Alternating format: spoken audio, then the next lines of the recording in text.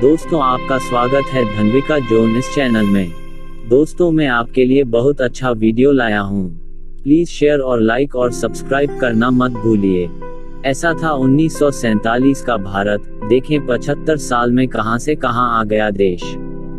देश को आजाद हुए 74 साल हो गए हैं। इन 74 सालों में देश में काफी कुछ बदल गया है। आजादी के वक्त हम 34 करोड़ थे, आज आबादी 137 करोड़ से ज्यादा है। उस वक्त आम आदमी की सालाना कमाई 274 रुपये थी, आज 1.26 लाख रुपये है।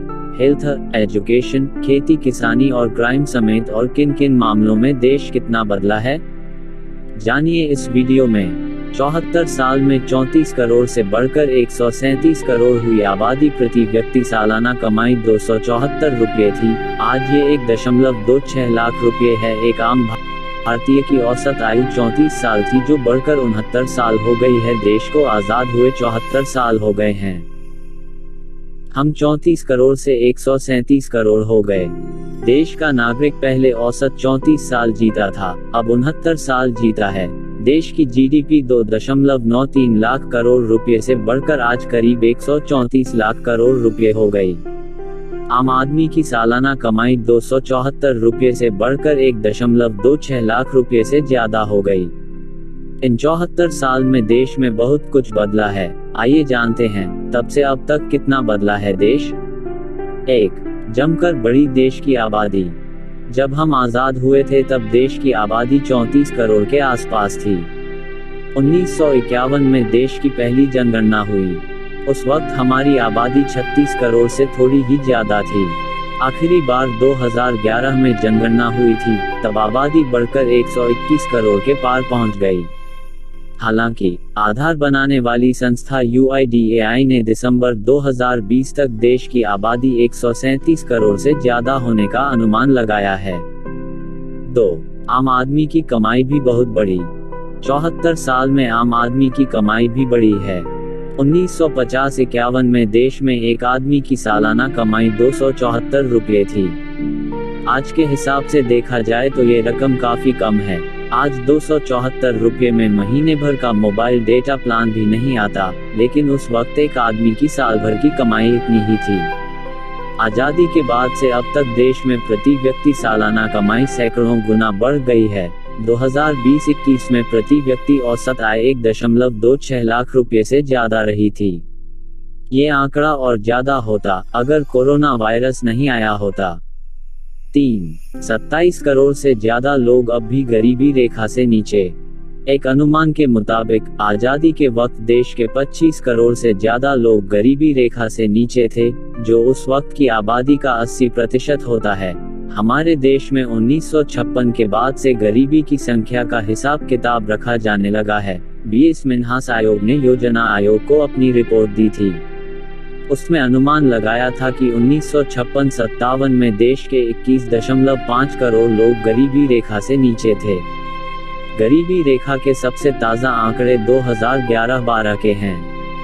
इन आंकड़ों के मुताबिक देश की 26.9 करोड़ आबादी गरीबी रेखा से नीचे है, यानी उस समय तक देश की 22% आबादी गरीबी रेखा के नीचे आती थी। गरीब कौन होगा, इसकी परिभाषा भी सरकार ने तय कर रखी है। इसके मुताबिक अगर शहर में रहने वाला व्यक्ति हर महीने 1000 रुपये से ज्यादा कमा रहा है और गांव में रहने वाले व्यक्ति की हर महीने की कमाई 816 रुपये से ज्यादा है, तो वो गरीबी रेखा से नीचे नहीं आए। 4. बेरोजगारी के हालात में अब भी ज्यादा सुधार नहीं।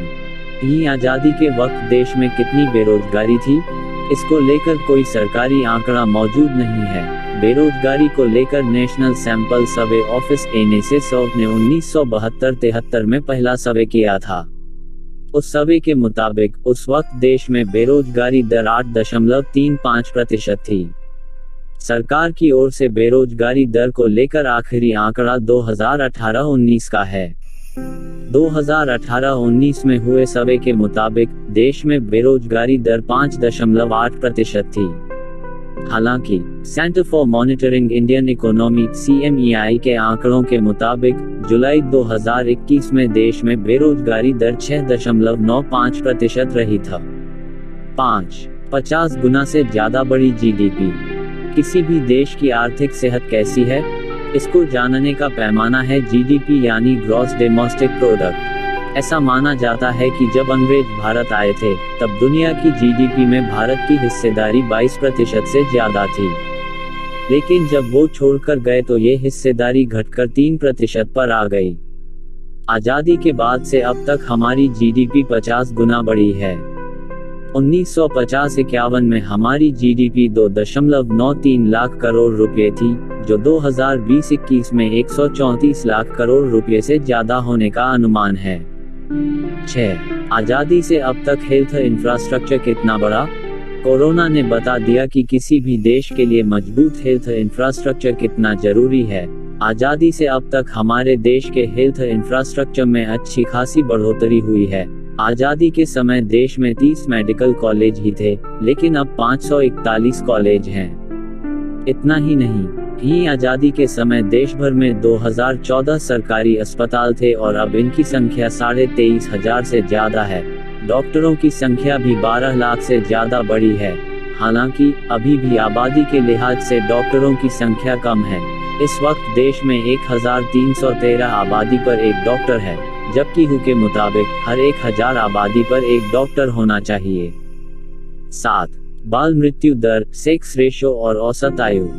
आजादी के बाद से अब तक बाल मृत्यु दर और औसत आयु में तो हालात सुधरे हैं, लेकिन सेक्स रेशो में हम पहले से ज्यादा पिछड़ गए हैं। आंकड़ों के मुताबिक 1951 में 1000 बच्चों पर मृत्यु दर जहां 146 थी, वो 2018 में घटकर 32 हो गई।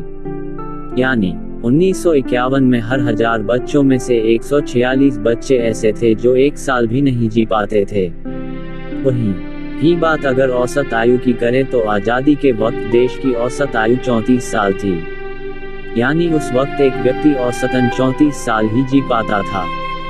हालांकि अब औसत आयु बढ़कर 69 साल हो गई। लेकिन सेक्स रेशो में हमारी हालत सुधरने की जगह खराब ही हुई है।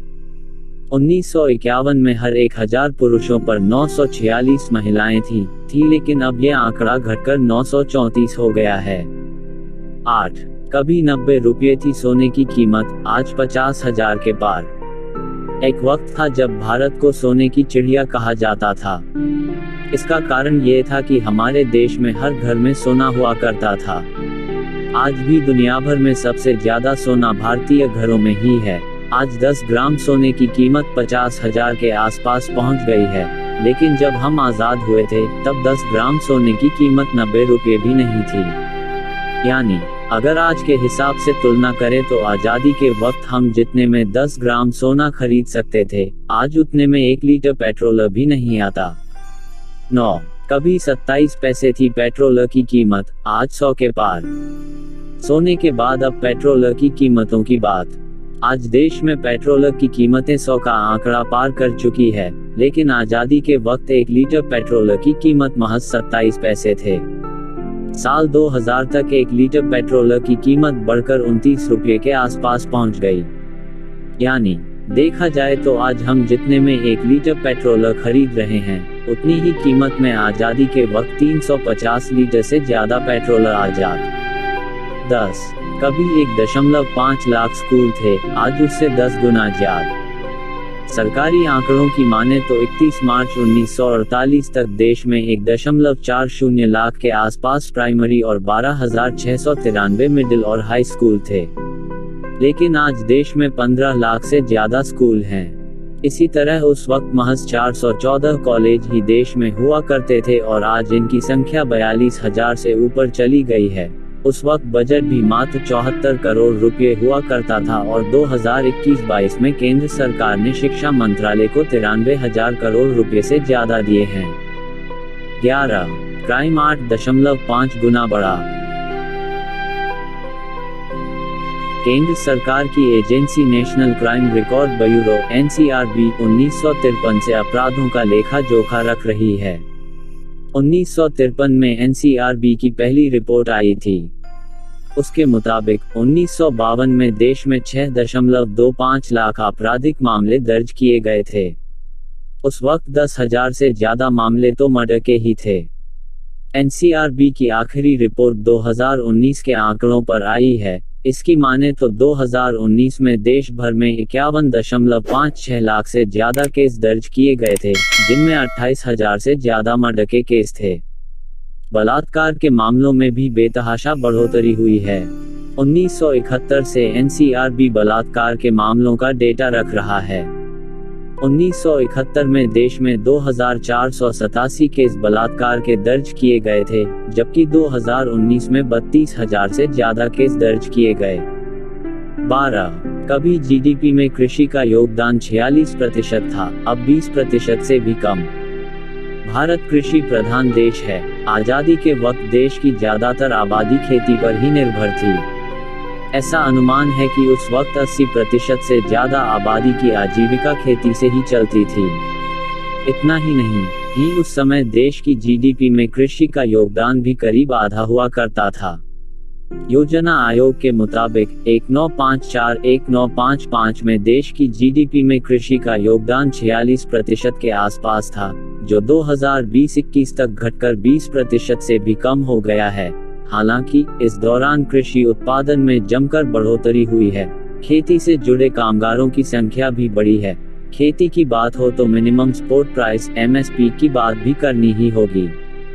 हमारे देश में MSP 1966-67 से लागू की गई। उस वक्त सिर्फ गेहूं को ही MSP पर खरीदा जाता था। उस समय 1 क्विंटल 100 किलो गेहूं पर सरकार 54 रुपये MSP देती थी। वहीं आज 1 क्विंटल गेहूं पर 1,975 रुपये MSP मिलती है।